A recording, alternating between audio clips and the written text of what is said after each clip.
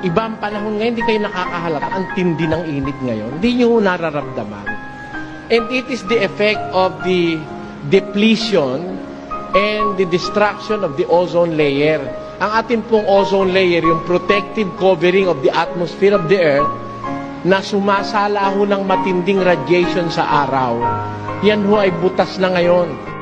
Hindi naman ho titigil kasi yung pagkasira niyan, dahil hindi naman natin po pwedeng mapigil na dahil napakarami ng pinakawalan sa atmosphere na pansira sa ozone layer.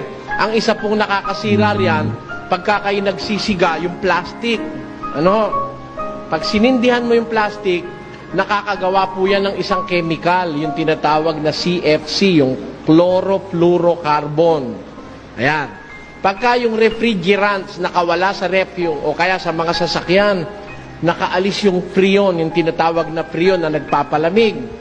Tatakas yun papunta sa atmosphere. Maninira po yun doon. Alam nyo kung kano ang sira? Bawat molecule po na makalabas na CFC, bawat molecule niya, sisira siya ng 100,000 molecule ng ozone layer. For every molecule of CFC, it can destroy 100,000 molecules of the ozone. And it will stay there, destroying continuously the ozone layer for the next 600 years.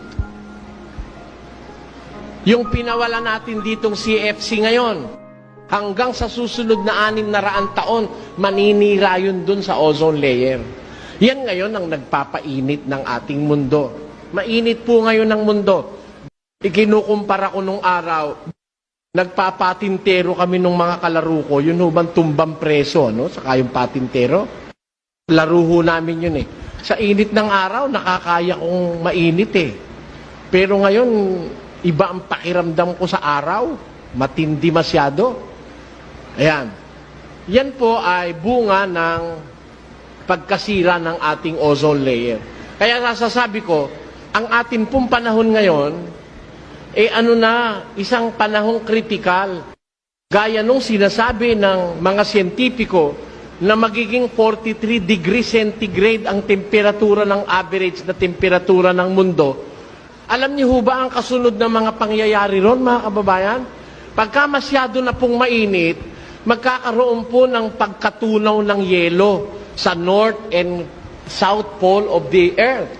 Matutunaw po ang mga yelo. Tataas ang mga dagat. Kasi po may reserba tayong tubig sa yelo eh. Malamig dun eh, sa Alaska, sa may North Pole, saka sa South Pole. Puro po yelo yan, may polar caps ang tawag dyan sa ating mundo. Yan ang nagmamantinin ng temperatura ng ating mundo. Pag masyado na pong mainit, unti-unting matutunaw yan, tataas ang mga karagatan, liliit ang mga kalupaan. Nakikita nyo ngayon kung ano epekto niyan. Hindi ba? Matitinding mga pagbaha at masyadong malamig na temperatura sa ibang parte at napakainit naman sa ibang parte. Magkakaroon na po ng imbalance na tinatawag. Alam niyo po kasi, ang nature na ginawa ng Diyos sa atin, nakabalance yan eh. Kaya pagka halimbawa, gabi, ngayon walang araw sa Pilipinas, gabi eh. Nandun naman sa kabila ng mundo ang araw, iniinitan naman niya yung kabila. Ito naman sa atin, di na masyadong mainit dahil wala ng araw. Ngayon, bukas naman, ito na namang atin ang aarawan para wag tayong magyelo. Yun ho, nagmamantinin ng temperatura, yung pag-ikot-ikot natin ganun sa araw. Namamantinin yan, temperatura ng mundo. Alam po yan ng mga nag-aral ng siyensya.